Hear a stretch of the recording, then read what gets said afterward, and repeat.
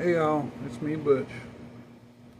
Well, I want to tell you something about your Hebrew and Greek, um, your modern English version Bibles.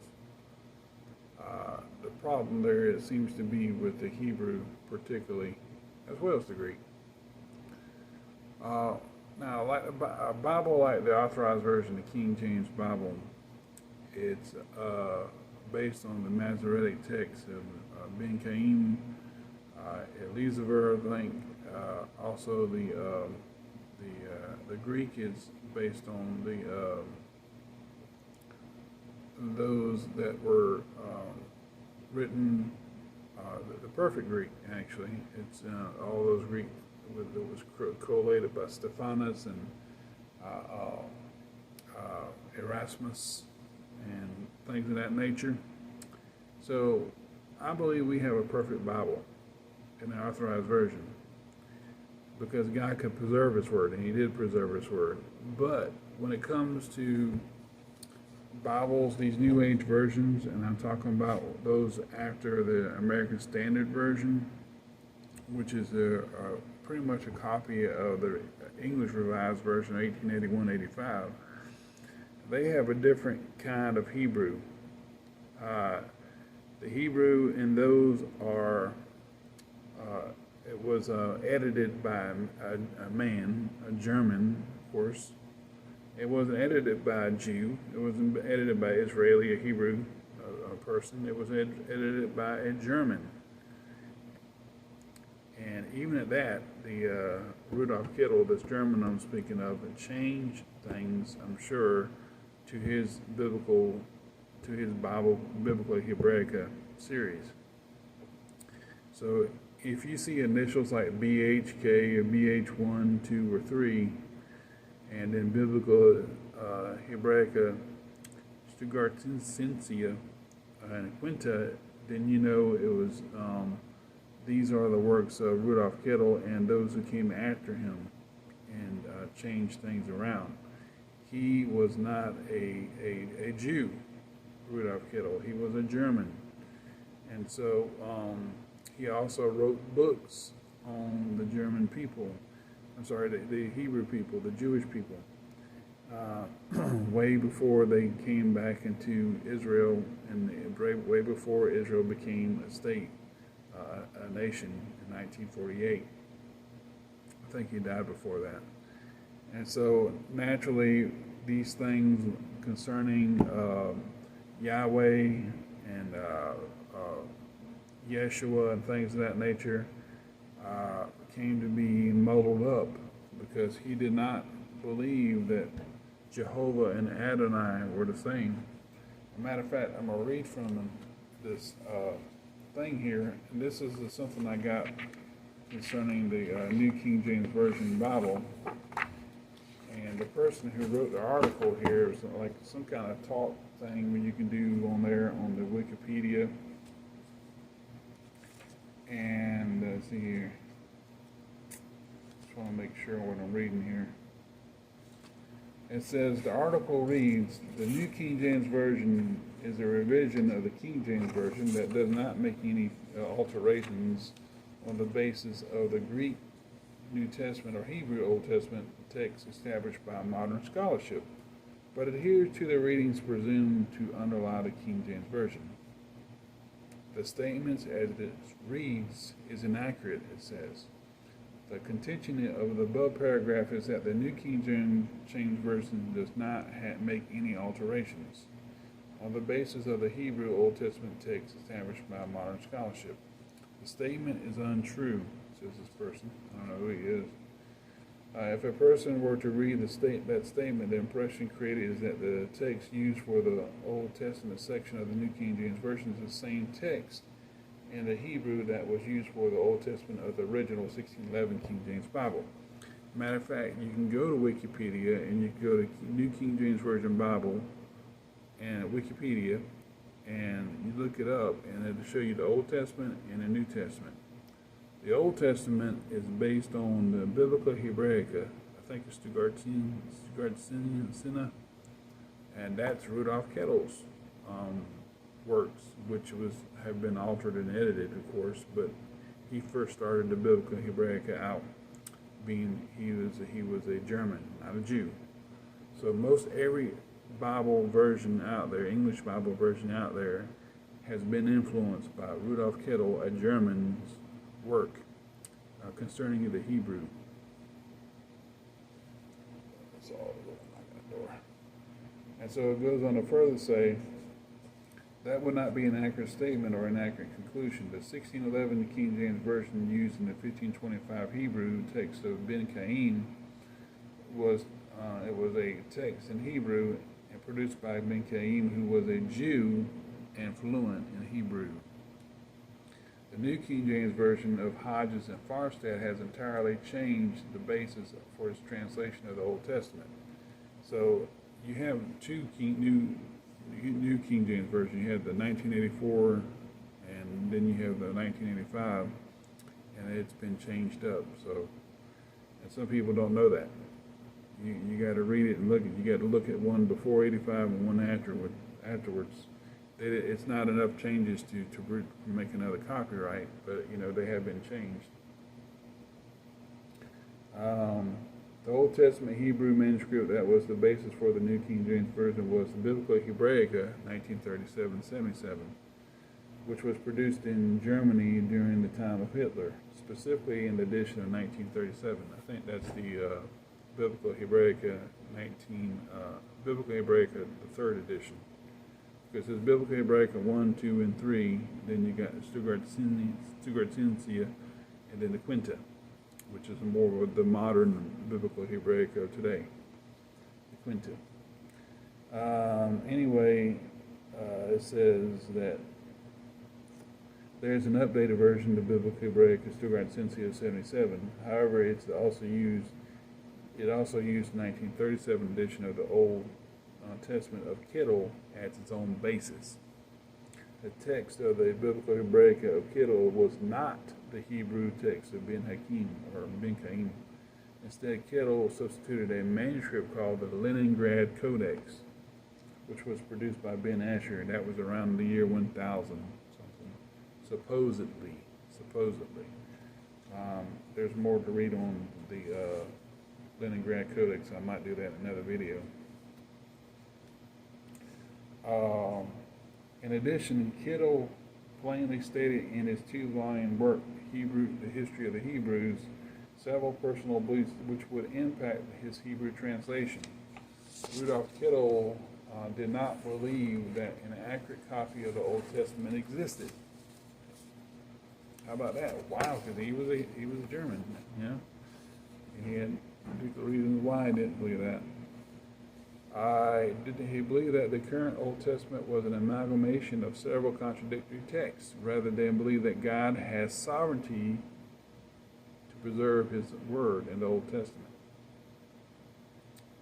See, that's a problem. We got a German giving interpretation, not believing what God said. Maybe if a Jew did it, and he felt the same way, or believes God can move through that Jew. He can move through anybody to do it, but that I think the Jew Ben Cain had the most, if not the only, proper interpretation, true interpretation of the Bible in the Hebrew text, and not Ben Asher, which was. It'll show here later that it was produced in Cairo, Egypt. The Leningrad Codex. It was. It says he believed that Jehovah and Adonai were two totally different deities whose identities had been confused or mixed up by those who came after the composition of the original Old Testament. The implication is either the verses that speak of Adonai are fraudulent, or the verses that speak of Jehovah are fraudulent, or they are both fraudulent. So that's where Yahweh comes in. That's where Yeshua comes in. How about that? The Old Testament of Kittel is the basis used for almost all versions of the Bible in English. Let me say that one more time. The Old Testament of Kittel is the basis used for almost all modern versions of the Bible in English. And I've looked them up, quite a bit of them, and they are. You say BHS, BH1, BH2, BH3, BHS, BHQ, or some, I haven't seen BHK too much, which is Biblia Hebraic, probably the first or second edition. BHK is. It can mean either one of them. Well, first or second. Third one, he wasn't around. This means that whenever a person reads their Old Testament in English, believing that they have the Word of God, they are reading the verses from those who specifically deny that the same verses were or could be from God.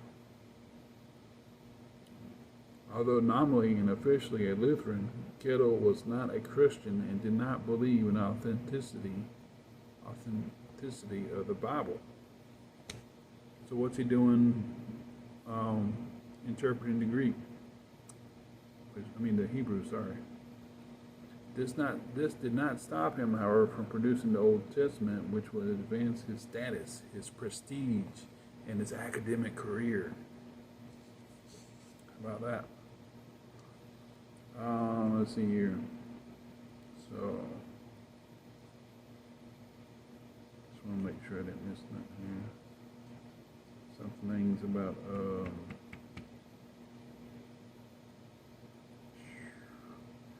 it also says in the 20th century, Rudolf Kittel used the Ben Caim text for the first two editions of his heavily annotated Biblia Hebraic. I didn't know that part. And then the third edition was used by the Leningrad Codex. I didn't know that. But now I do. Now I remember that. Because Paul Kale was the one that oversaw that. Let me read on further.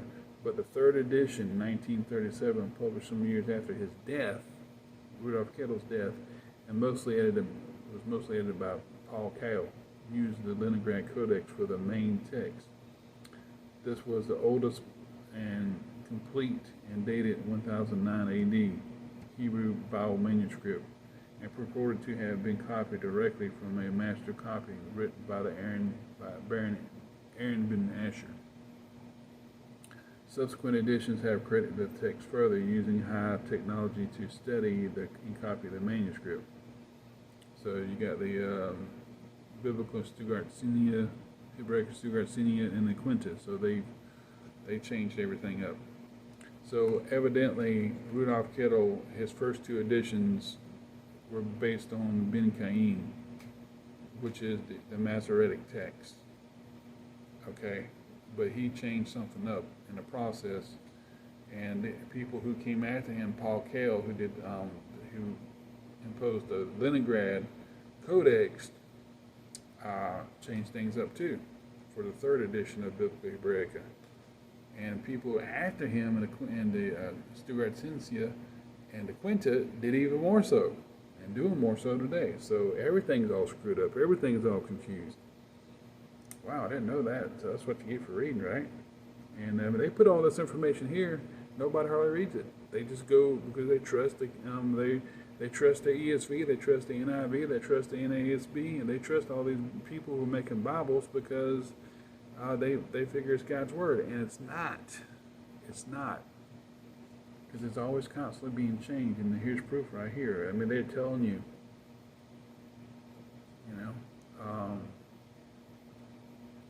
Let's see here. Let's see if I missed something.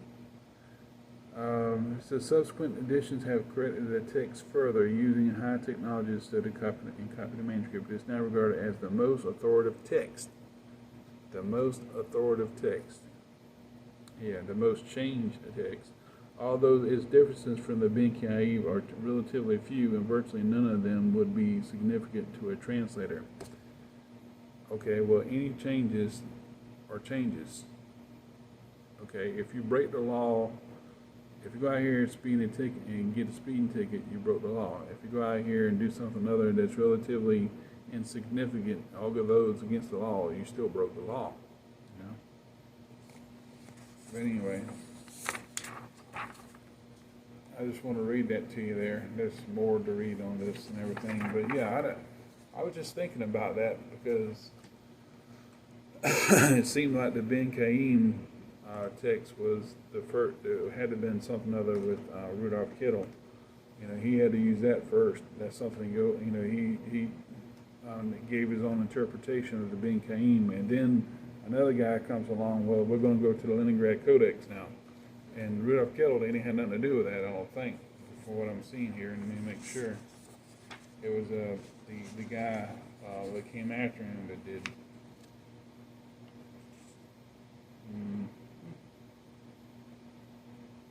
Let's see here. So, but the third edition, published some years after his death, and most of it edited by Paul Cale, they used the Leningrad Codex for the main text. So there we go. Rudolph Kettle started it, Paul Cale and others finished it. So there you go.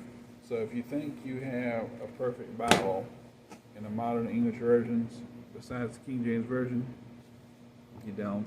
You got pretty much the Hebrew is just junk, because it's not written by Hebrews or Jewish people. It's written by man, changed by man, added, the words are added by man, things are just conflagrated, if that's the right word.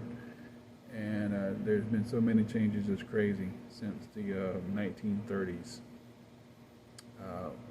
Right there at the time of the Germans, before World War II.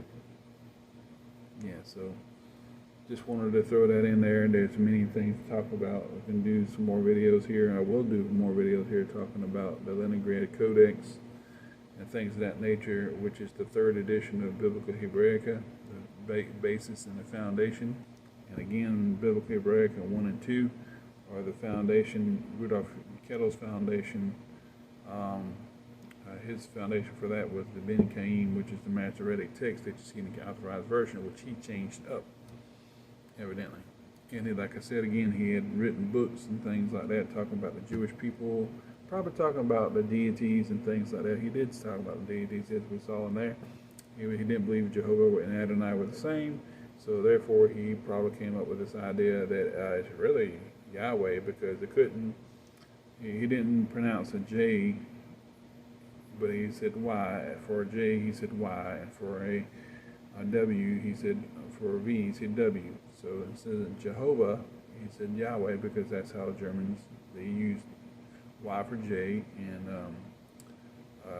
W for V.